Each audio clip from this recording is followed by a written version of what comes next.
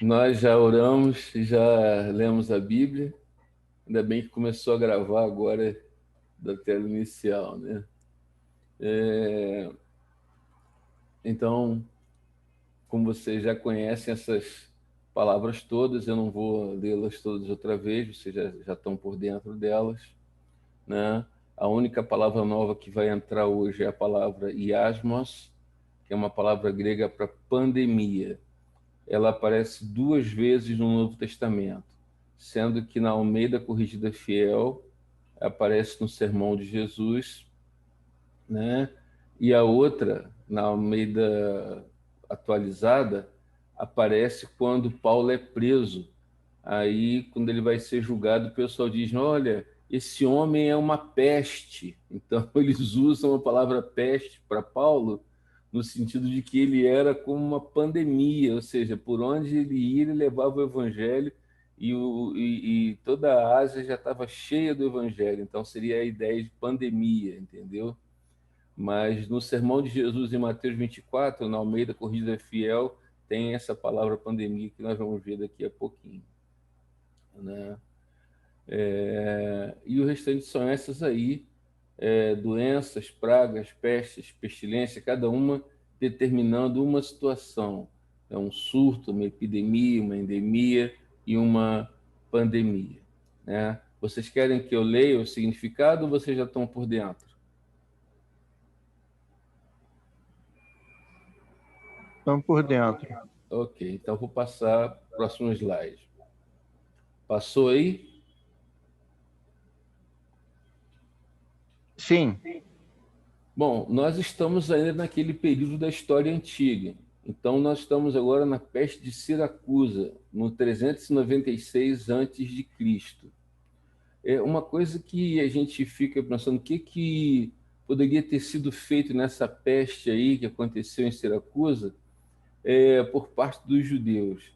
Lembrem que nesse ano, né, os judeus eles tá chegando perto da, dos macabeus, período dos macabeus, e eles sempre foram odiados. O cara tossia lá na Ásia Menor e o pessoal botava a culpa nos judeus. Então eles não tinham muito o que fazer, a não ser a maneira como eles tratavam os doentes nesse período. E essa peste ela ocorreu no ano 396 a.C.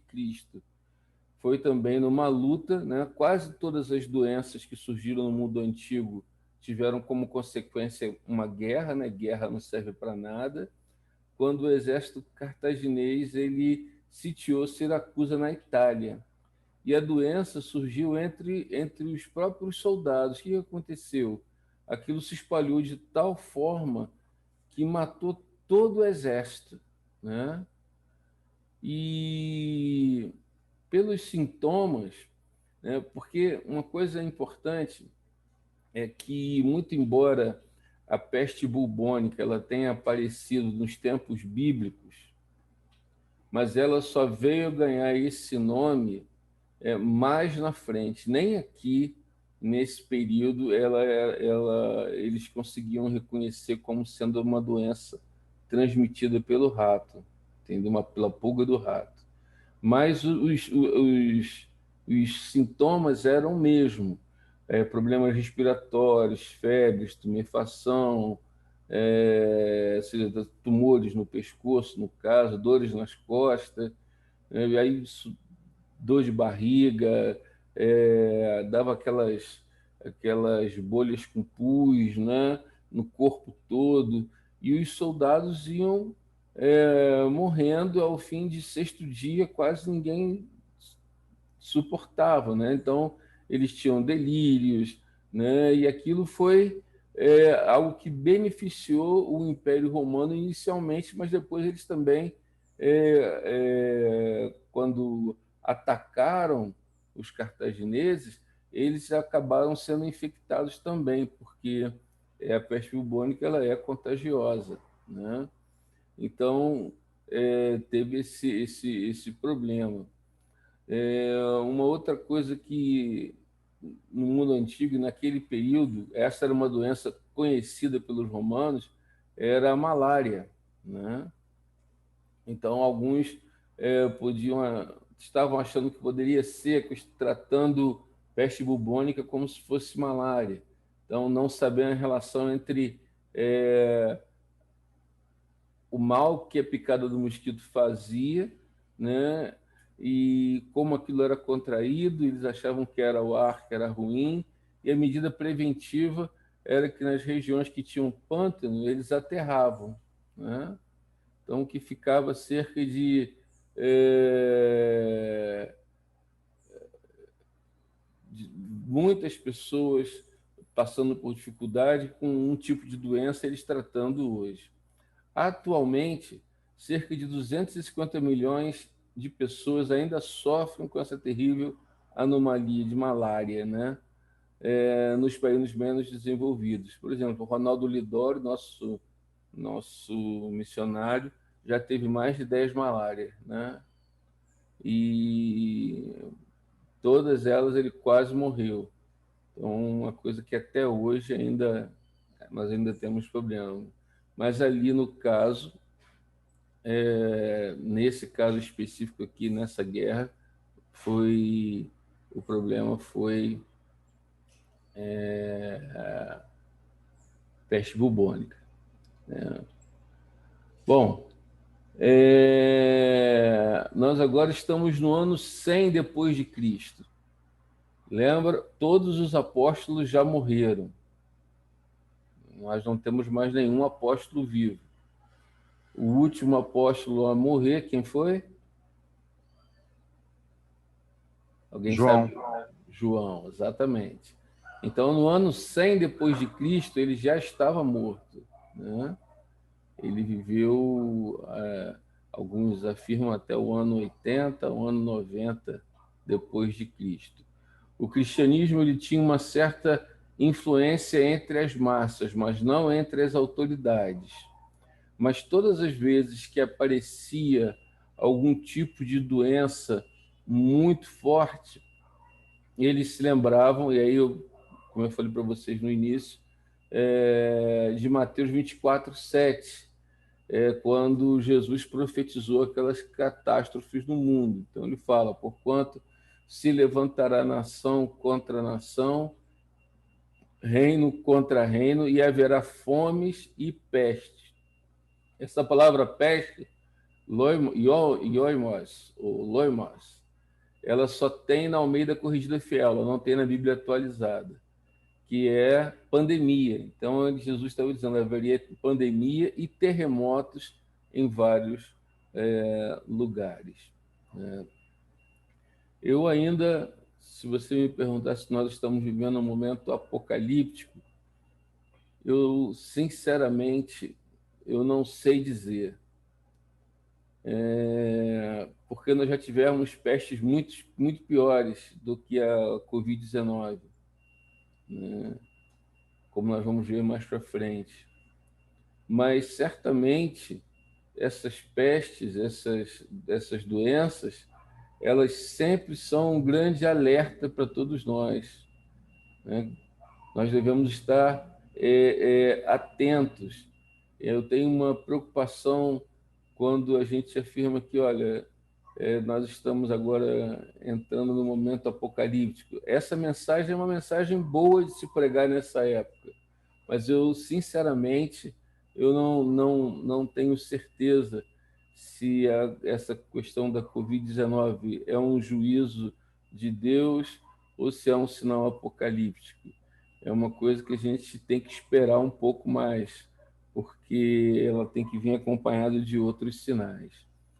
Então, grandes epidemias e doenças sempre marcaram a história humana, né? Como nós falamos, a doença ela é tão antiga quanto o pecado e a morte. Nasceram juntas, né? A gente percebe, estudando, que subitamente diferentes sociedades, ao longo do tempo, elas foram colocadas em situações de pânico, de estresse, quando alguma coisa desconhecida aparecia e que não se sabia exatamente qual era a cura, né? E aí levando milhares de pessoas a morte. Então, nós estamos numa época de grande doença. Esse período é um período também onde a lepra surgiu bastante, né? Apareceu e matou muita gente. Naquele período não havia leprosários. As pessoas elas tinham que viver em regiões desérticas, né? Então era um problema. Mas o que matava mais era alguma coisa viral, era alguma coisa transmissível, principalmente a peste bubônica, né? Quanto maior você multiplica o número de pessoas numa cidade, mais problemas você vai ter na área de sanitarismo, né? Nós estamos agora em 1600, digo, 165, 180. Pastor, Oi, você pode voltar um slide, por favor? posso. Na referência de Atos, na referência de Mateus diz peste e também pode servir como pandemia, certo? Na de Atos também? É a mesma palavra.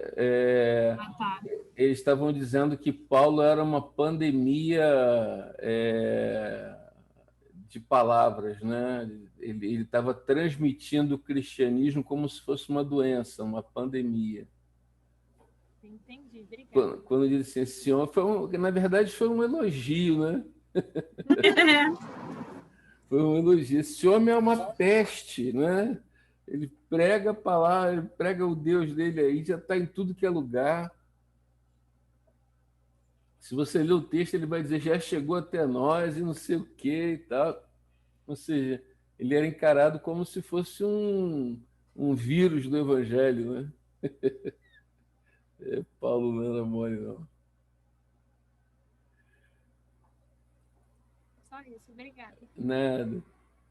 Nós estamos entrando aqui agora numa que se chama peste de Antônia. Seu nome deriva da família que governava a região na época. Nós já estamos aqui, né, 165 a 180 depois de Cristo, foi o período que essa peste durou.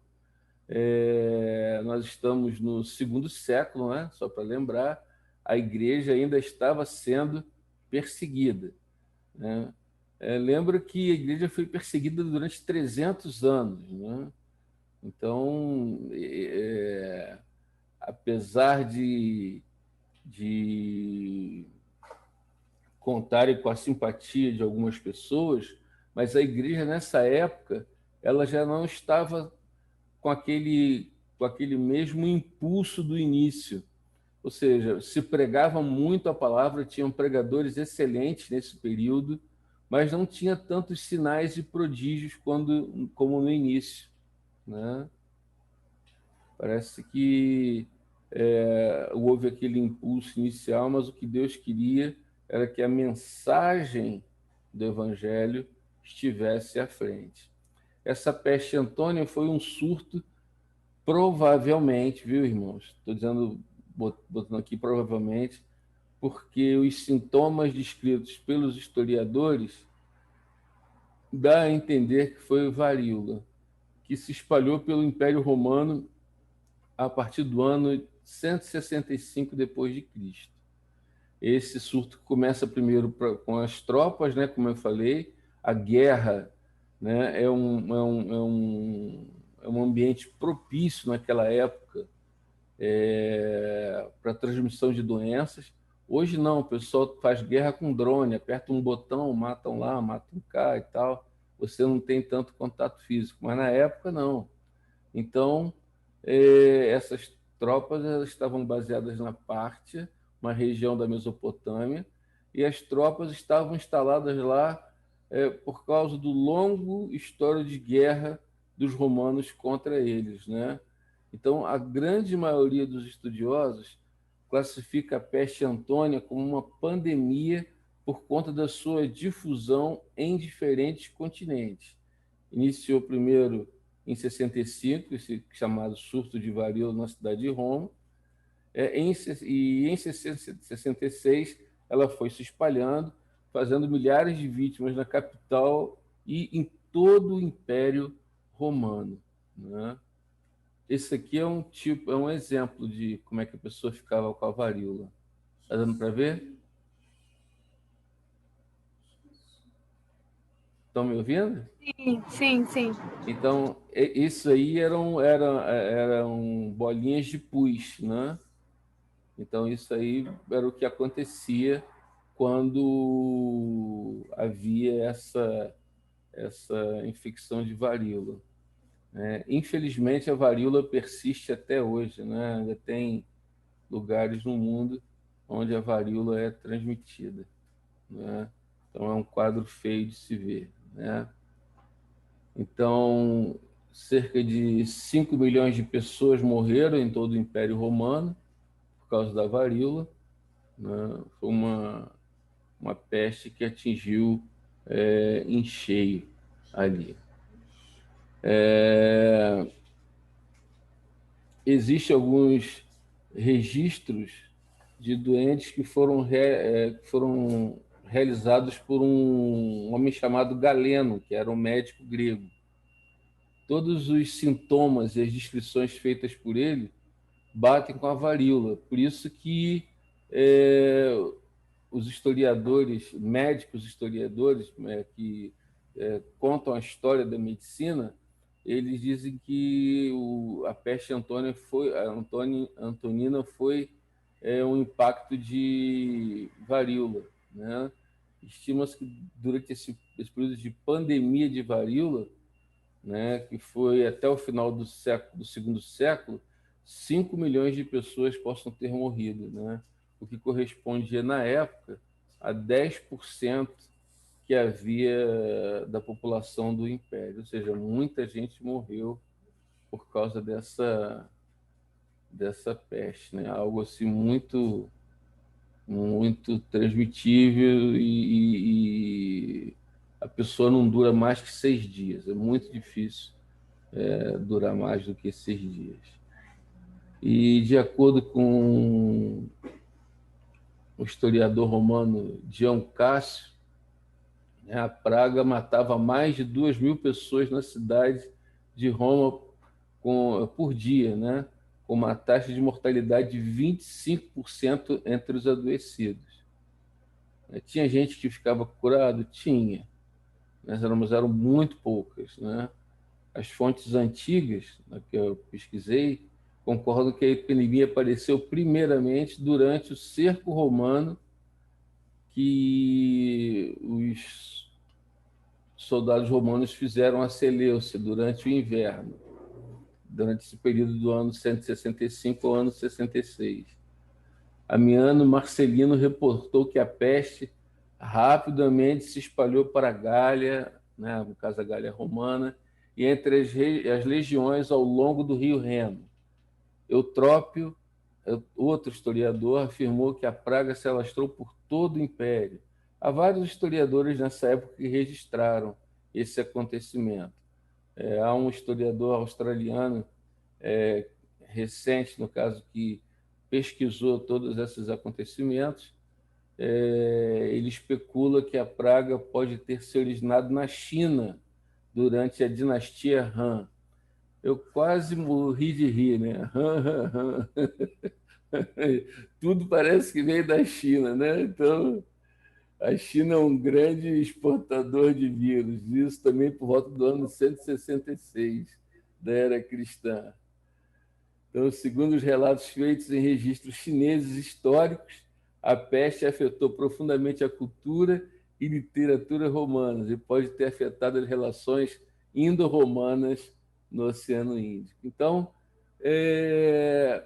essa questão de vírus, de doenças, quando você tem um entrelaçamento cultural, comercial entre as nações, tudo isso está muito sujeito a se passar muito rápido, principalmente na nossa época, onde nós temos voos, né, que vão e vêm lotados de um país para o outro.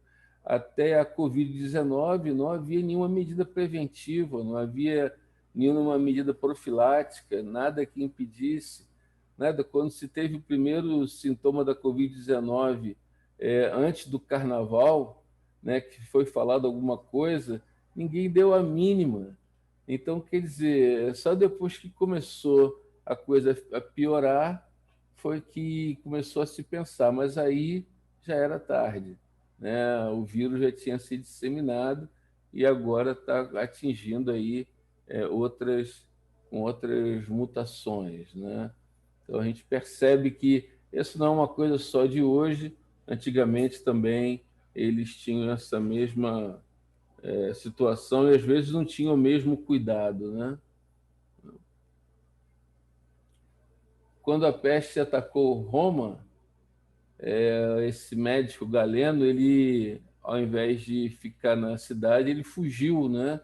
Ele foi para sua casa na Ásia Menor, mas voltou, né, em 168, convocado pelos co-imperadores Marco Aurélio e Lúcio Vero.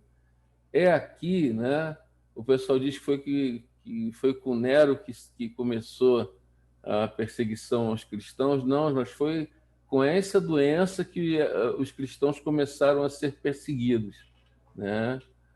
E naquele período, aparentemente, ao abandonar os pacientes, ele estava seguindo a ética médica da época, né? Em tempos de pestilência, os médicos eram os primeiros a meter o pé da cidade, caso achasse que não podiam fazer nada para resolver o problema. Então, hoje, enquanto os médicos têm que ficar, naquela época eles iam embora, porque eles eram tão preciosos que eles não poderiam morrer, eles tinham que ficar vivos para cuidar de outro tipo de doença. Embora tenha um debate sobre esse tipo de pandemia que atingiu aquela população, pode ter sido uma infecção viral violentíssima, causando medo, né, e turbulência no império, né? Quem hoje não está com medo, né? Todos têm medo. As pessoas se privaram daquilo que mais gostavam por medo. Medo de pegar uma doença dessa, medo de não ter espaço no hospital, medo dos sintomas, né? O fato é que essa doença ofereceu uma oportunidade para os servos de Deus praticarem seu discurso a respeito do amor. E foi o que eles fizeram. Os cristãos, eles não fugiram, muitos deles morreram porque resolveram socorrer as pessoas. Mas aconteceu uma coisa esquisita. Marco Aurélio, convencido de que os deuses estavam enfurecidos porque os cristãos eles se recusavam a honrá-los, né, como imperadores, eles não se ajoelhavam diante dos imperadores, e ele moveu a primeira perseguição contra os servos de Cristo, né? E mesmo assim eles ficaram doentes, né? Enquanto os pagãos fugiam, os cristãos ficavam para ajudar. Então, isso criou uma boa imagem do cristianismo. É aqui que a gente pode falar o papel, o primeiro papel da igreja numa pandemia foi exatamente aqui, né? Onde, eu estou usando o termo nova religião por causa dos historiadores, não só tinha uma teologia boa e firme, mas tinha uma palavra de consolo para aqueles tempos de pandemia, uma palavra de esperança, de que se elas morressem ali, no futuro elas iriam ver os seus entes queridos. E isso trazia um conforto para a vida em meio àquela crise, porque você está ali, você está perto de morrer, mas você tem uma palavra, olha, crê no Senhor Jesus, né, e você vai reencontrar os seus familiares, você vai para o céu e tal. Então, muito da mensagem que foi pregada nesse período, né, serviu como conforto, como consolo para que as pessoas pudessem morrer em paz e não em agonia, porque como eu disse, poucas pessoas se salvaram, né, aí, né?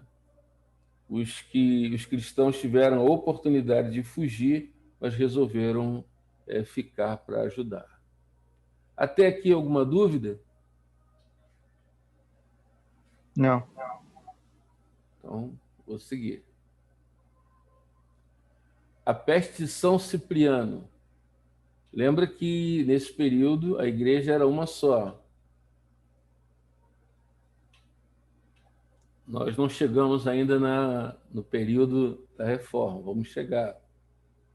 Só que agora nós estamos no terceiro século e Cipriano ele era um bispo, né? Ele era o líder de Catargo. Ele era um homem de Deus. E no terceiro século apareceu uma nova pandemia misteriosa que estava matando cerca de 5.000 pessoas por dia na capital romana. Então, olha só. E a peste ela ficou conhecida como peste de Cipriano, porque ele foi quem escreveu vários panfletos religiosos sobre o conforto na dor, né? E ele escreveu também um livro chamado Mortalidade, ou De Mortalitate em latim. Então, ele é muito conhecido. E ele não fugia, ele ia até os doentes e ele pregou, levava, incentivava a igreja ia com ele, e ele não pegou a doença, né? Ele se dirigiu aos que se achavam que estavam com a praga, ele ouviu as queixas da liderança de Roma, porque achavam que a praga estava sendo democrática demais, sem fazer diferença entre cristãos e pagãos, né? Alguns cristãos reclamaram, e ele disse: gente, a morte para nós é um prêmio, então vamos ajudar as pessoas, né? Todos nós, todo servo de Deus está sujeito à mortalidade. Então, com um estilo sereno, tranquilo, ele ofereceu conforto, levou a verdade bíblica, né? Fortaleceu a igreja, a atitude da igreja. Essa é a grande diferença que um líder pode fazer. Ele não pode levar a igreja ao desespero, não, ele tem que levar a igreja à paz e à tranquilidade. E até mesmo, né, como você vê aqui, ele manda a igreja para o meio do lugar onde estava a praga, para poder fazer o quê? Confortar as pessoas, mesmo que elas estivessem sujeitas a pegar a doença. Então, essa é uma visão apostólica de cristianismo, né, que ainda reinava na igreja, né, que ainda estava na igreja. Então, Cipriano ele procurou levar a igreja a entender que esses momentos de dificuldades na vida da humanidade é uma oportunidade para a igreja. Aqui há um quadro que ilustra como as pessoas ficavam, né? Não tinha leito, como hoje, né? Não tinha lugar onde botar as pessoas, e as pessoas eram colocadas no chão, nas ruas. As que estavam doentes não podiam ficar junto com as que estavam boas, então elas eram colocadas literalmente na rua. Você vê aqui a minha esquerda, no caso, na minha tela, a minha esquerda, um cara tampando o rosto, né? O nariz, para não respirar o ar contaminado, né? Mas era mais ou menos isso aí que estava acontecendo naquela época, né? E isso, infelizmente, é o que acontece nos nossos hospitais, né? Há pessoas que são colocadas no chão, que são colocadas na cadeira, e eu vi recentemente uma entrevista de uma senhora que foi colocada num lugar onde já haviam até pessoas mortas, né? Então, é uma coisa que é histórico isso, né? São Cipriano, ele bispo de Cartago, deixou a seguinte descrição da doença. E essa aqui também é uma coisa que os médicos que os historiadores médicos que contam a história da medicina, eles se aproveitaram para poder traçar que tipo de doença era, né? Iniciava-se por um fluxo de ventre que esgotava as forças. Os doentes se queixavam de intolerável calor interno. Logo se declarava angina dolorosa. Vômitos se acompanhavam de dores nas entranhas. Os olhos injetados de sangue. Em muitos doentes, os pés ou outras partes atingidas pela gangrena destacavam-se espontaneamente, ou seja, apodrecia e caía. Ao quebrados, os infelizes. Embora tomados de um estado de fraqueza que lhes tornava a marcha vacilante, uns perdiam a audição e outros a visão. Em Roma e em certas cidades da Grécia, morriam, como já dissemos, né, aproximadamente 5.000 pessoas por dia. Então, era algo muito grave. Você não combatia, a doença progredia, né? E essa é uma coisa que é natural acontecer, né? Se não trata, a coisa evolui. Os historiadores são quase unânimes em afirmar que essa pandemia exerceu uma grande influência na queda do Império Romano e ajudou na expansão do cristianismo. Por quê? Porque os servos de Deus estavam presentes na hora da ausência e foram a ajuda visível diante do inimigo invisível. Isso foi uma coisa que impressionou, né, a todos os que moravam em Roma. De acordo com Dionísio de Alexandria, ao menor sinal de doença, os pagãos abandonavam os enfermos e fugiam de seus queridos, jogando-os na rua, como nós vimos no quadro anterior. Já os cristãos, seguindo o exemplo de Cristo, mostravam um grande amor e cuidado pelos doentes, né? Ou seja, esse é um registro histórico. Muitos, ao cuidar dos outros e curá-los, transferiam a morte para si mesmo e morriam no seu lugar. Ou seja, esses são cartas e tratados de Macmillan, né, 1918. Ao momento que eles cuidam dos doentes, os doentes ficavam bons e os cristãos morriam porque pegavam a doença deles, né? Então, olha só o nível de dar a sua vida pelo próximo, como era nutrido, né, pelos servos de Deus, né? E além de prover água, alimento, medicamento para os doentes, os cristãos os limpavam e até providenciavam um sepultamento digno, né, para os que haviam perdido os parentes na pandemia. Eles ofereciam uma nova família para aquela pessoa. Então, eles cuidavam disso, né? Lembra que naquela época, não sei porquê, mas começou-se a ideia de que se as pessoas tinham que ser sepultadas perto de uma igreja, né? E no caso Cipriano, bispo de Cartago, ele providenciou várias sepulturas para aqueles mortos. Imagina você tendo 5.000 pessoas morrendo por dia, você tem que providenciar a sepultura. Houve um achado arqueológico em que mostra uma desses túmulos, ó, túmulos preparados pelos cristãos. Está vendo? Segundo alguns historiadores, eles, para que pudessem caber todo mundo, eles cremavam, né, quando a família permitia. Quando não, elas eram enterradas inteiras, né? Por isso que você vê que em alguns lugares, como não sei se dá para ver o mouse passando, mas nessa pedra no cantinho, aqui também, são túmulos pequenos, tá vendo? que foi uma descoberta, que era o cemitério de São Ciprião, né? E ao lado, onde está essa parede aí, era uma igreja, né? Então se costuma enterrar as pessoas ao lado da igreja. Até aqui alguma pergunta?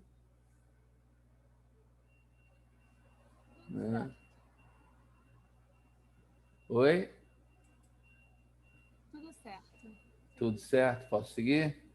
Pode. Pode. Ok.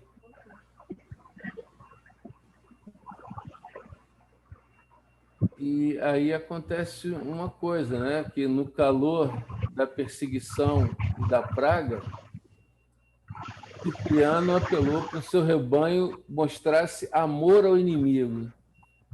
Isso, irmãos, é que tem alguém com áudio aí aberto. Deixa eu ver aqui. Ok.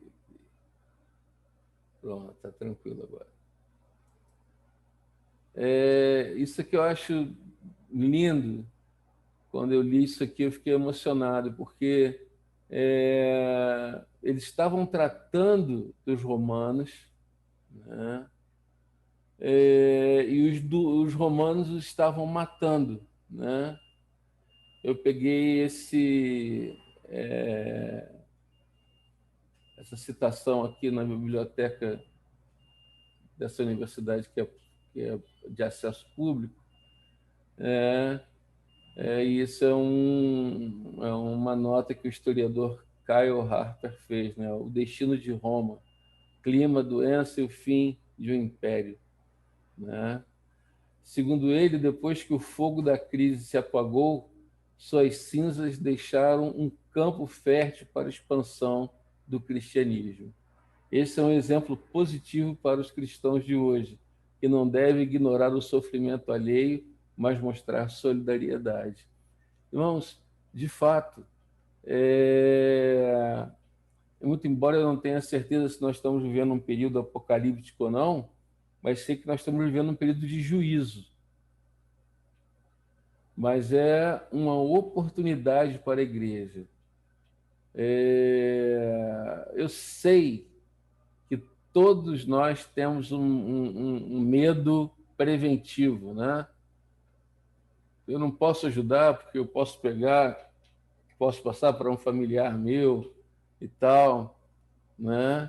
Eu sei que todos nós temos isso, mas o que eu quero mostrar para vocês é que esses cristãos do início, eles desconheciam o medo, né? Eles estavam pensando nas pessoas e eles estavam pensando na oportunidade. E como é que nós podemos aplicar isso hoje? Como é que eu e você podemos ser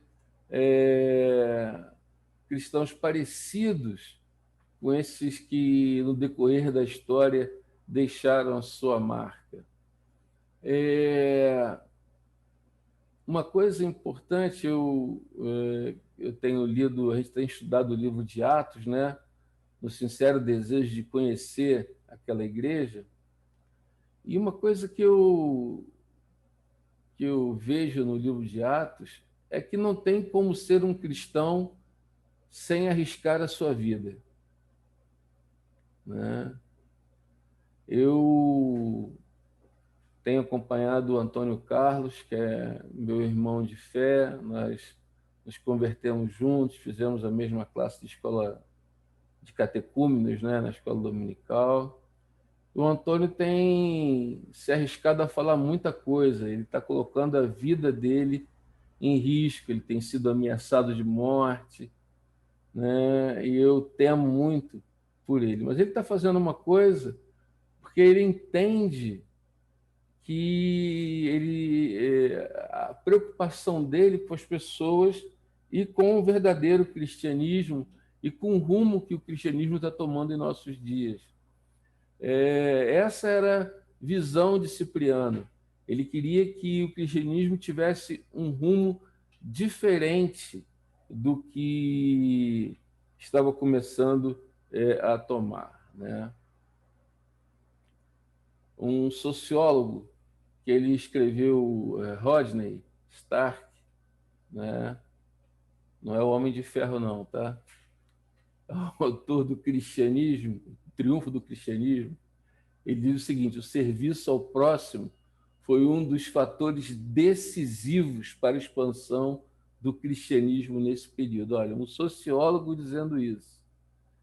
É bem plausível que o cuidado provido pelos cristãos tenha reduzido a mortalidade em 2/3. Não sabe o que é isso? Se estava matando 1/3 da população, o cuidado cristão evitou a mortalidade de 2/3. Ou seja, além do impacto e do testemunho, do cuidado que os servos de Deus mostravam no dia a dia uns pelos outros, né, isso contribuiu para que o índice de sobrevivência deles colaborasse com o crescimento do cristianismo. Ou seja, esse é o nosso papel, né? A gente agora está começando a falar sobre o papel do cristianismo porque entramos num período de ação, mais propriamente de ação deles, né? Dos servos de Deus. Então, na antiguidade, o cuidado da saúde estava principalmente nas mãos de sacerdotes e pessoas não especializadas. Se os ricos eles tivessem acesso aos melhores médicos, ótimo, mas os marginalizados tinham que se contentar com a medicina popular e com a, entre aspas, ajuda dos deuses, né? A partir do segundo século depois de Cristo, no livro A História da Saúde Pública, escrito por George Rosen, diz aqui, é citado, né, por John Hopkins, na University Press, em 2015, página 1516, de que os romanos estabeleceram um serviço médico público. Ou seja, depois que essas pragas começaram a acontecer, eles criaram um INSS. Então, quer dizer, eles criaram lá um hospital, um atendimento público. Inclusive os médicos municipais ligados às instituições.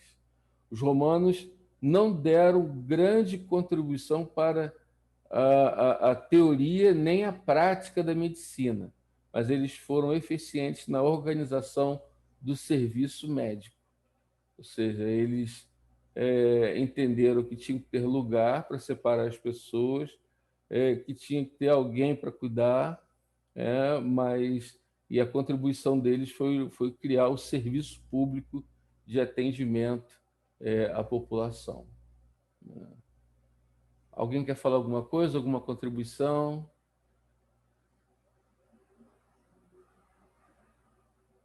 Estão todos aí?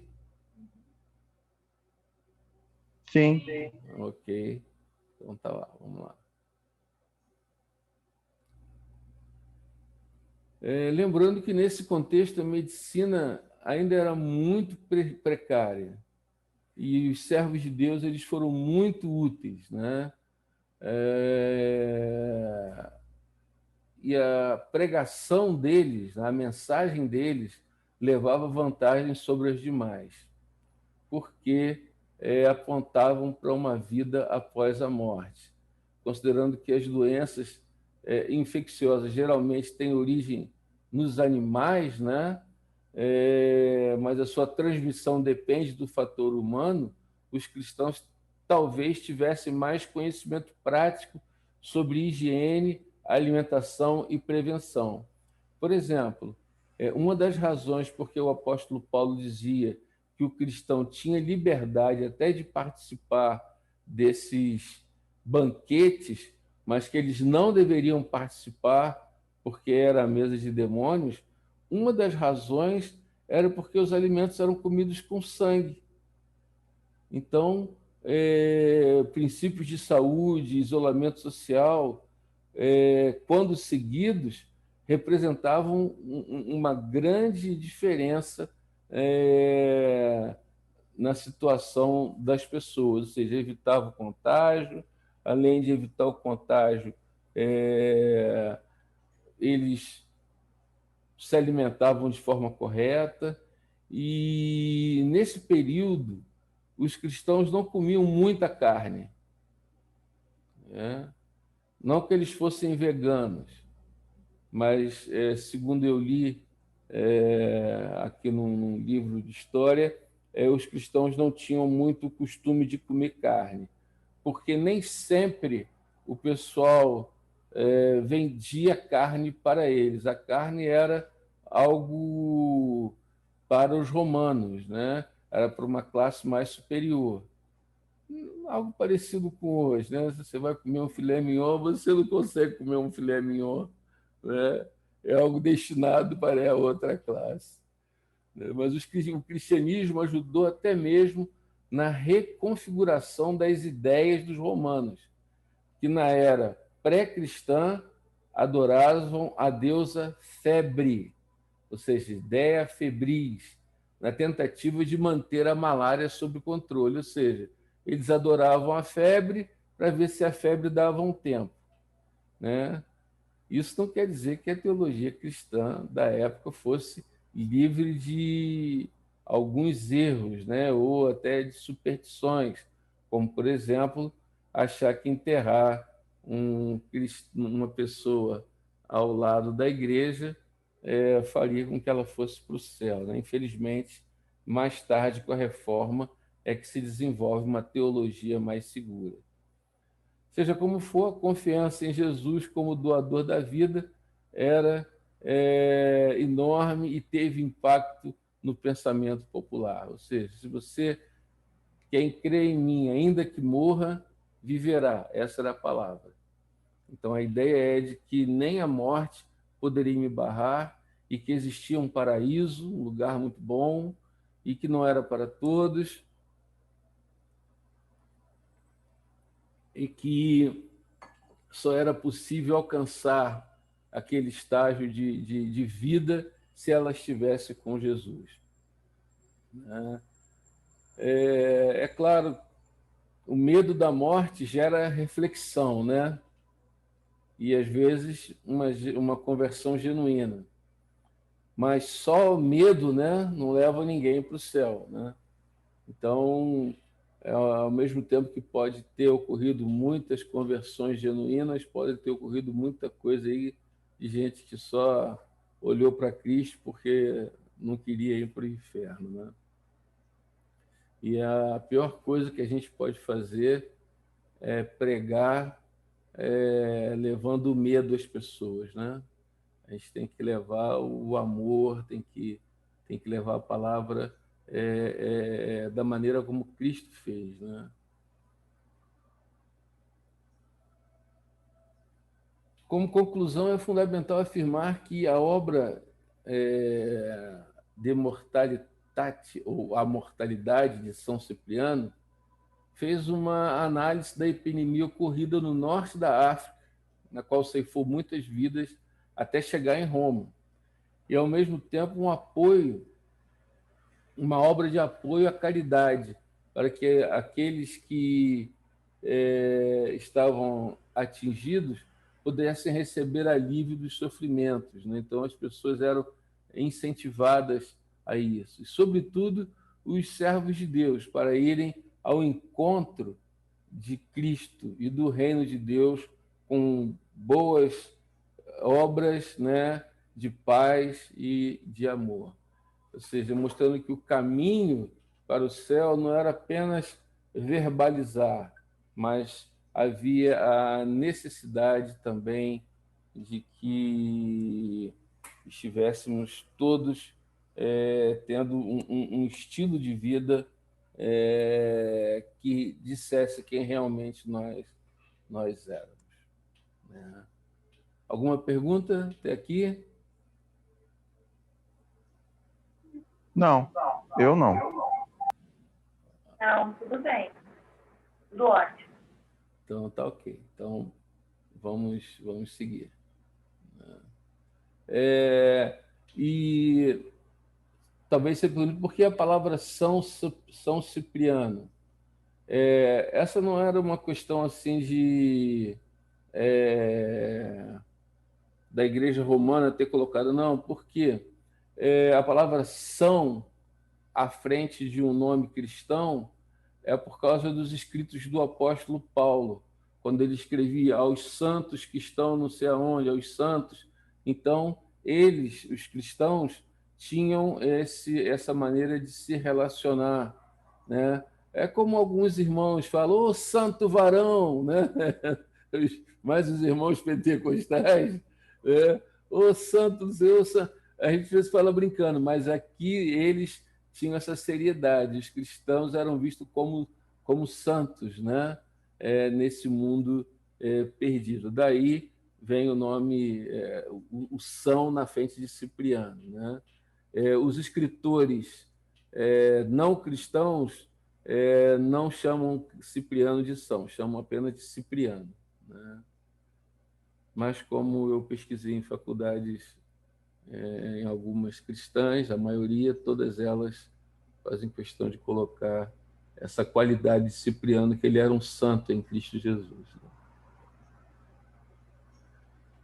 E uma coisa aqui que você somando tudo, a combinação entre cuidado solidário dos doentes, ensino de um estilo de vida saudável, a crença em uma metanarrativa. Metanarrativa é você contar algo que vai produzir um resultado, uma narrativa que produz um resultado, né? E a pregação apocalíptica tem se mostrado o caminho do crescimento da igreja em tempos de pandemia, né? Quando eu falo em pregação apocalíptica, né? Os irmãos sabem que eu sou amilenista, né? Então, quando eu falo nisso, para mim, o mundo está acabando a cada dia, né? Acaba hoje, acaba amanhã, tá? Nós vivemos desde que Jesus foi assunto ao céu, a igreja vive uma era apocalíptica, né? Então, essa é uma coisa importante a gente ter na ideia, a gente pregar de que ele foi, ele volta, e de que tudo aquilo que está escrito no Apocalipse, o juízo, o julgamento, a vitória da igreja, né, de que a igreja é a grande vitoriosa naquele livro, de que Deus é o grande glorificado e de que nós devemos temê-lo, deve fazer parte da nossa pregação diária, não de forma condenativa aos que estão doentes, mas de forma de consolo, solidariedade e de mostrar que há um caminho melhor para as pessoas. Amém? Então vamos lá. Amém. Bom, Amém. chegamos aqui agora nas doenças da Idade Média. Aqui eu vou ter que falar um pouquinho de história para vocês antes de entrar em doença, né? Porque antes de falar sobre as doenças desse período, eu preciso dar um pano de fundo histórico, né? O que estipula o início da Idade Média é a destituição de Rômulo Augusto do trono romano em 476, ou seja, o fim do Império Romano, né, marca o final da Idade Antiga.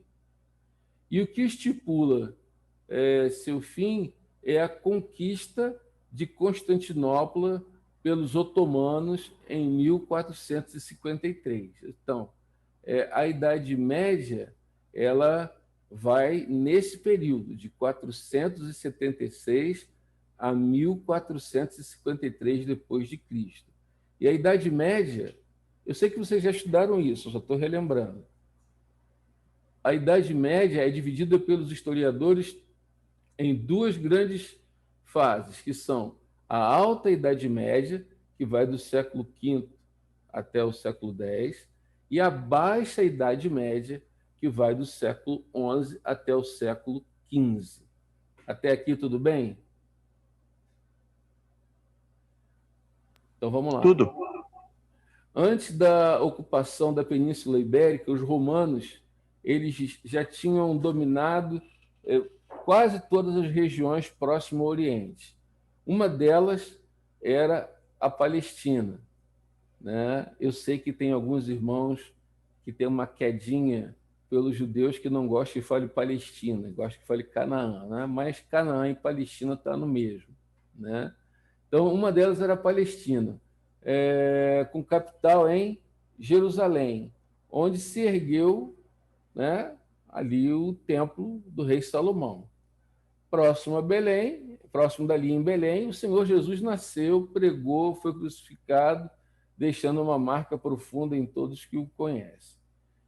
Tido pelos seus discípulos como Messias, ele ensinava o que? Amor, liberdade, e proclamava a existência de um único Deus, criador de todas as coisas. O que eu quero dizer? É que o cristianismo, eu acho que eu vou falar isso um pouquinho mais na frente, ele se constituiu numa grande ameaça ao Império Romano, né? Porque era de uma doutrina monoteísta, né, o cristianismo. Já em Roma adoravam-se vários deuses. Tinha uma nova maneira de interpretar o que dizia o Velho Testamento, né? E se espalhava com uma rapidez tremenda por outras regiões. Por isso foi visto como uma ameaça ao poder de Roma, né?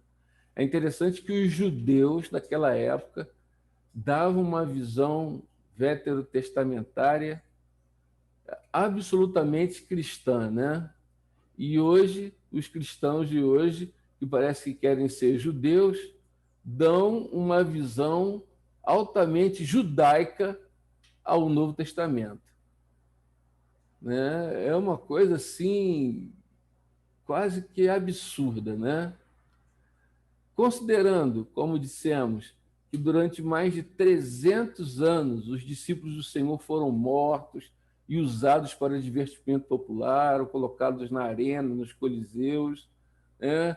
E tendo como principal crime não reconhecerem a autoridade divina do imperador romano, ou seja, eles não se curvavam diante do imperador, né? E depois de um longo martírio, finalmente eles foram reconhecidos no início do quarto século, com uma inesperada e repentina conversão do imperador Constantino. Olha, eu tenho uma dificuldade de acreditar nessa conversão, irmãos. Eu não sei se isso foi uma armadilha.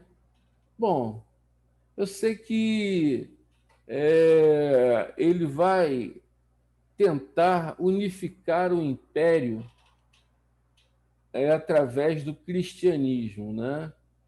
E o que acontece é que de um grupo altamente perseguido ao longo de 300 anos, o cristianismo se tornava agora, de um dia para o outro,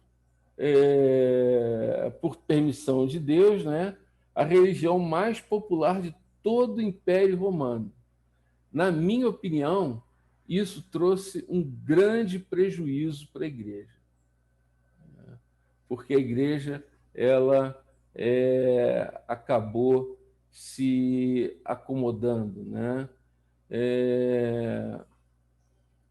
E logo no ano de 380, um imperador chamado Teodósio, ele declara o cristianismo como religião oficial do império, o que já era há muito tempo uma realidade, né?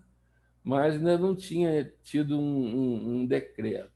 E tudo começou com Constantino, através daquela vitória, né, no ano 312, onde ele obteve na batalha de Ponte Milvia contra Maxêncio, que disputava o título de imperador com ele, né? E antes da guerra, ele teve uma visão de uma cruz que trouxe a ele uma esperança. Ele tinha um exército menor, Maxêncio tinha um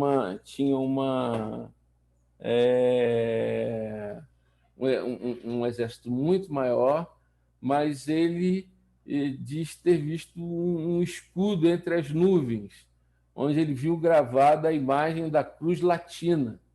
E Constantino, segundo ele, pôde ler a frase "In hoc signus vincis", com este sinal vencerás.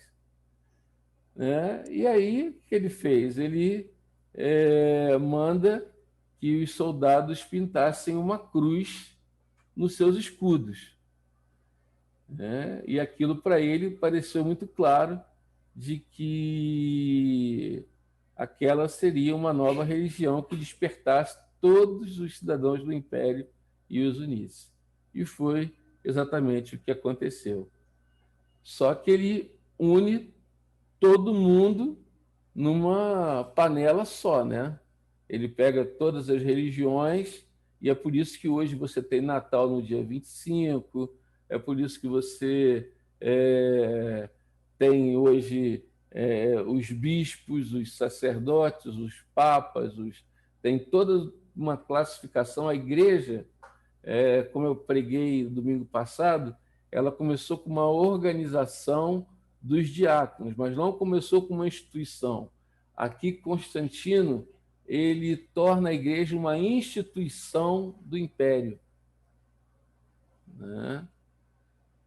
E com isso, depois da queda do Império Romano e da transferência da capital imperial para Constantinopla, o Papa saiu ganhando, ou seja, ele passou a ter mais poder e ser a única autoridade em Roma. Foi assim que foi surgindo, né, a Igreja Romana, e que ofereceu no futuro a separação. Então, desde que a capital do Império do Oriente foi passada para Constantinopla, o que restava do Império do Ocidente foi levado para Ravenna. Então, Roma perdeu o seu poder, restando uma única autoridade, que era do Papa, que consolidou seu poder com a ajuda dos lombardos e de Carlos Magno. Isso é a história que nós vimos no ginásio, né? Mas é só para a gente poder lembrar. Ginásio na minha época, nem sei como chama hoje, né? Então, até 751, quando foi invadida pelos lombardos, Roma formava parte do Império Bizantino. Em 1756, Pepino o Breve outorgou a Roma o poder sobre as regiões próximas a Roma, surgindo assim os estados pontifícios. E a Igreja Romana começou a perder o seu poder com a Reforma Protestante em 31 de outubro em 1517 e também com a Revolução Francesa em 1848. Queridos, hoje vou parar por aqui, pode ser? Pode. Porque eu estou com a minha boca seca aqui, já 11h23, já falei mais de 1 hora, é muito tempo, né? Mas então, para vocês terem uma ideia, né, como surge o Império Romano, mas aí, ao finalzinho, com a Reforma Protestante e a Revolução Francesa, a Igreja Romana perde totalmente seu poder, e daí para frente outros grupos, outros países vão se declarar independentes de Roma. Tá ok? Bom, espero que vocês tenham gostado. É uma aula de Bíblia e história ao mesmo tempo. Eu sei que 1 hora pode ser legal, 1 hora pode ser chato, mas a coisa que a gente mais tem que destacar na aula de hoje, no caso, é o papel da igreja, né? E também que aquilo não há nada de novo debaixo do céu.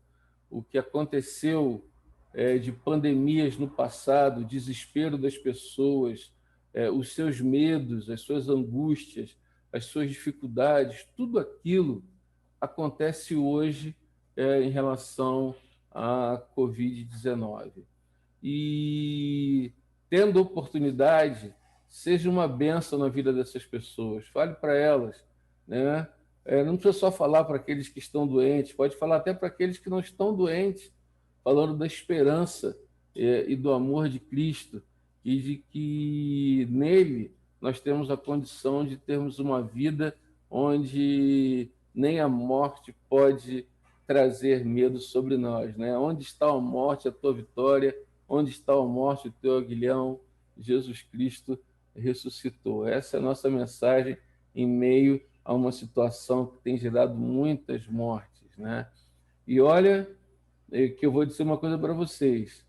A Covid-19, apesar de estar matando muita gente no mundo, ela não é uma das piores pandemias da história, né? Ela não é. Ela é algo grave em nossa época, mas não é a pior, né? Nós vamos ver mais para frente que nós tivemos em algumas pandemias cerca de 50, 100 milhões de mortes, onde a Europa quase acabou, né? Então, nós temos essa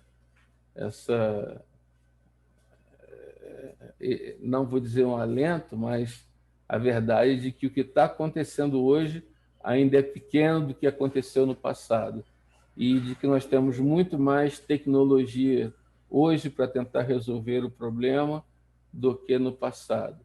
O que nós temos que manter é calma e evitar o desespero, né? E evitarmos sermos contaminados por qualquer espírito político, qualquer espírito beligerante, mas muito pelo contrário, assim como Cipriano, que tinha um coração cheio de amor, cheio de bondade, cheio de misericórdia, e dessa forma nós venhamos a ser bênção na vida das pessoas. Amém? Amém. Amém. Amém. Amém. Então nós vamos... Amém. Alguém tem alguma pergunta? Alguém quer fazer alguma colocação? Não? Não. Raquel, está me ouvindo?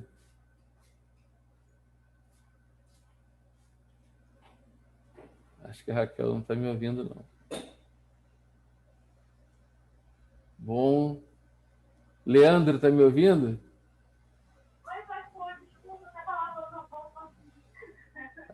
Estou ouvindo, estou ouvindo.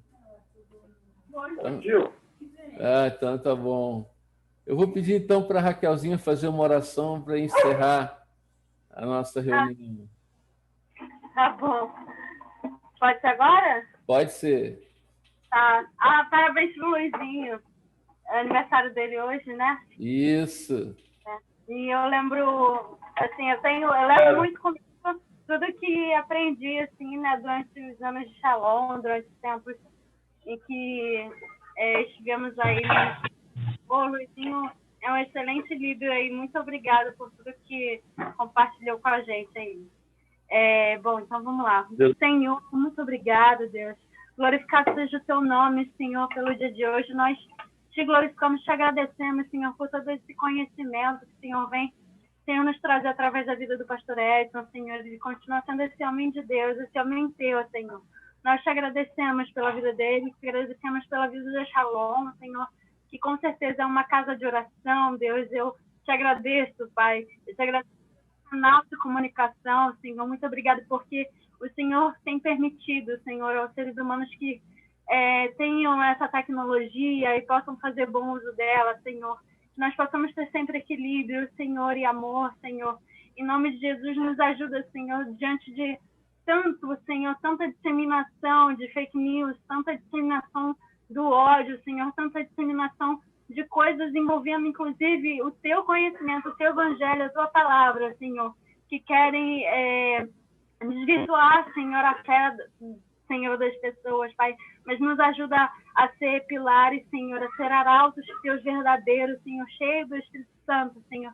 Em nome de Jesus, muito obrigada, Senhor, por esse canal de comunicação. Em nome de Jesus, nos dá um excelente dia, Senhor, nos dá um dia cheio da tua glória, da tua vitória, Senhor. E muito obrigada por tudo, em nome de Jesus, amém.